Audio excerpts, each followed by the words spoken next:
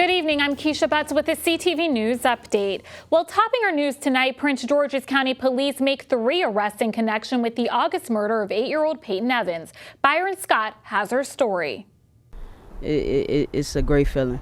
It was the news she longed to hear, that the accused killers of her son, 8-year-old PJ Evans, have been taken off the streets and brought to justice. Man, I just thank y'all. I can't thank y'all enough.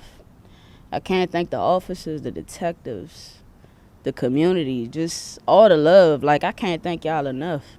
I said that our detectives have been tirelessly working to help close this case, but I have to say that the family and the community was a huge asset in helping to arrest these suspects. They are 23-year-old Mark Nkwokwa and his brother, 21-year-old Desmond Nkwokwa. They were arrested yesterday in Hyattsville. 23-year-old George Shaman was picked up yesterday in Montgomery County. The suspects in this case are no strangers to the criminal justice system. The sheer depravity that would allow any person to take a gun and a human to shoot into the home of another human, that depravity is something that must be dealt with. It was August 24th, 8:20 p.m. on the 1700 block of Bright Seat Road in Landover. Police say a vehicle pulled up into the parking lot around this area here. A man got out and began firing shots at a group of people over here when bullets went into that unit. That's where PJ was inside playing a video game. Well, what we'll say with certainty is that 8-year-old PJ was not the target. Chief Malik Aziz would not reveal the motive or say which one fired the fatal shot. One of the 3, Desmond, was arrested last year for a case involving the use of a firearm while committing a felony and illegal possession of ammunition. It helps to let us know that we're 3 less criminals on the street, 3 steps closer to just getting justice for my kid. For Tiffany Evans, who's been working to keep her son's memory alive, she reflected today on number 21. It was on her son's football jersey. My son's favorite number was 21. They solved the case in 21 days. And this is year 2021. I don't know what God's trying to tell us, but 21 is an angel number. My son's speaking to us. Byron Scott, CTV News. In other news, a woman is dead and a man is in custody following a barricade situation in Upper Marlboro. It happened in the 12400 block of Cicely Court around 2 a.m. Police say they found a woman suffering from gunshot wounds in the road. She was later pronounced dead. Officers say the victim was engaged to the suspect. CTV News spoke with a neighbor who didn't want to be on camera. She says she heard the gunshots this morning and that she knew the suspect. 15 minutes later, I saw the police officers, the cruisers, and the light was reflecting on the street. And I said, Stuart, there's a body out there. So, of course, I was surprised. So it's just a tragic event that has happened. We don't have this kind of thing that happens here. Domestic violence is always an issue, and it's always something that we're trying to, provide services for. With the pandemic, obviously, that's probably compounded the issue because people have been home a lot more together, and so we have seen an increase in some of these cases. The incident is still under investigation. Flags are lowered today in remembrance of a sad milestone as Maryland surpasses 10,000 residents lost to COVID-19. Governor Larry Hogan ordered that state flags be flown at half-staff to honor those lives taken by the coronavirus. Hogan says his prayers are with the families who continue to grieve their loved ones. Senate President Bill Ferguson says it's a solemn day for the state and reminded residents to do their part to help stamp out the deadly virus. In other news, here are the latest COVID-19 numbers for our region. The state health department has confirmed 1,330 new cases since yesterday, including 156 in Prince George's. The county's positivity rate is at 5.47%. 21 people have died of COVID since yesterday. 804 people remain hospitalized. Governor Larry Hogan and First Lady Yumi Hogan met with an Afghan interpreter today. The interpreter helped the U.S. military as a cultural advisor and translator through the Special Immigrant Visa Program. The interpreter and his wife were able to resettle in Maryland. The Hogans thanked him for his work. Earlier this week, the governor urged Marylanders to lend their support to Afghan refugees. You're watching CTV News. I'm Keisha Butts. We'll be back in a moment. Freedom. It's at the core of who we are. The freedom to live without fear, to jog where we please, to wear a hoodie. The freedom to breathe. Before we celebrate the freedom most Americans have, we must fight for the freedom all Americans deserve. Because all lives can't matter until Black lives matter.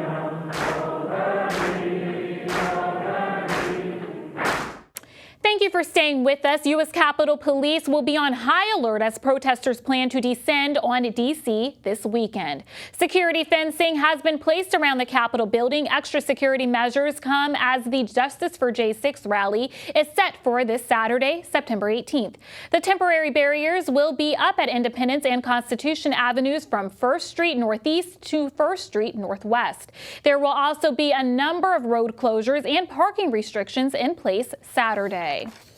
Maryland schools can require proof of COVID-19 vaccinations from students, according to the Office of the Attorney General.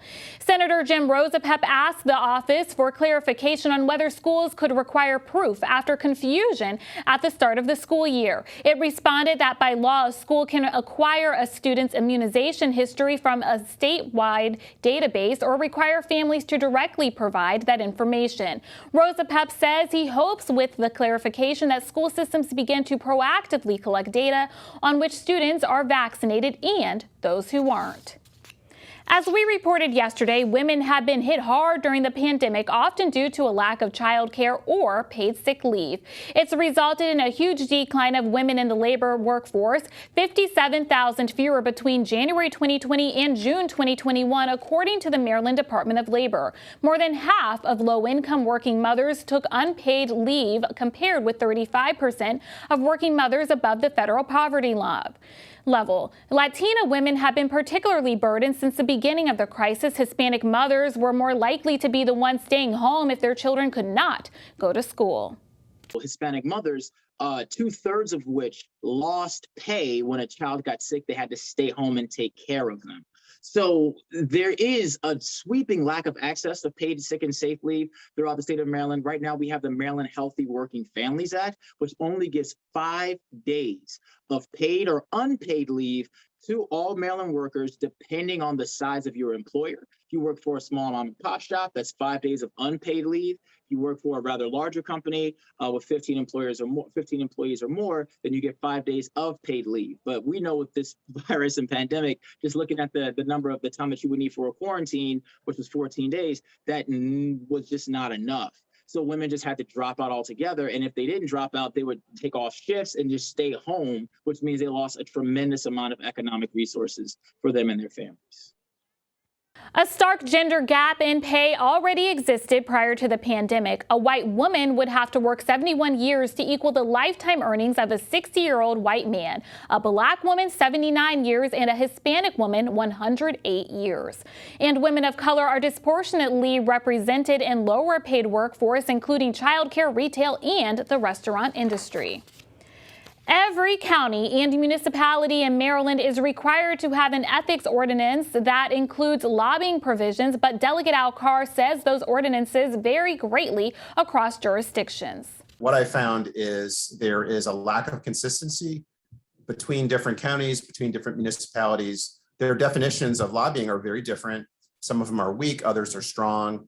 And so I'm looking at whether legislation might be required to have more consistency, to bring those definitions up to a higher standard so the public can have more confidence that they know what kind of money is being spent to influence local government in the state.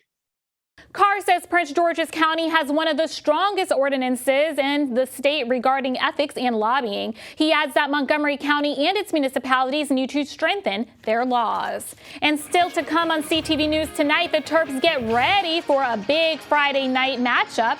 A preview ahead. Stay with us. As they head toward the finish, Warren has built a substantial lead and headed for her 4th gold medal. She's ahead of the world record pace by at least half a second, and she... Oh, wait, what's she doing? I think she's doing a headstand. Why would she do that? She's stopping. She stopped. I've never seen She was so close to the finish, and she stopped. I don't know what she's thinking. Unbelievable.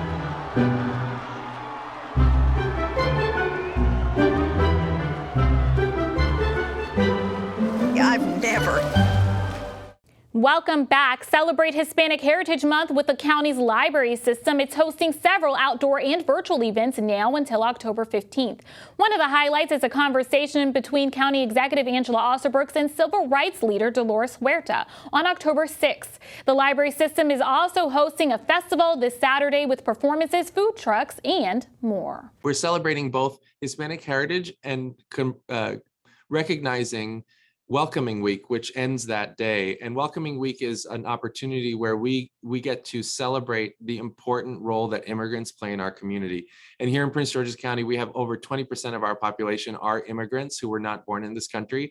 And they are such an essential part of our community. And we have a thriving, diverse community. And it's going to be a really exciting opportunity to celebrate them as well as Hispanic heritage. The festival will take place at the New Carrollton Library. For more information, visit pgcmls.info. A popular computer software company gives a major financial gift to a local university. Bowie State University receives a $1 million donation from Adobe. The university is now part of Adobe Anchor School program. The initiative aims to connect minority students to tech careers with Adobe. Specifically, Adobe will be providing scholarships of up to 100 students at up to $15,000 for each student. And so we're happy about that specific addition to our pool of available scholarships for our students.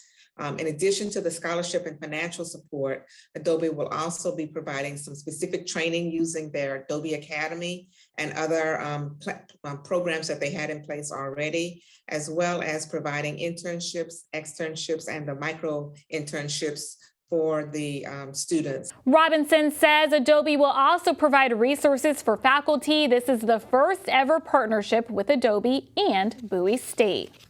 The Maryland Terrapins football team is on the road tomorrow night, taking on the Illinois Fighting the Illini. The Terps offense has gotten off to a good start with 11 touchdowns in the first 2 games.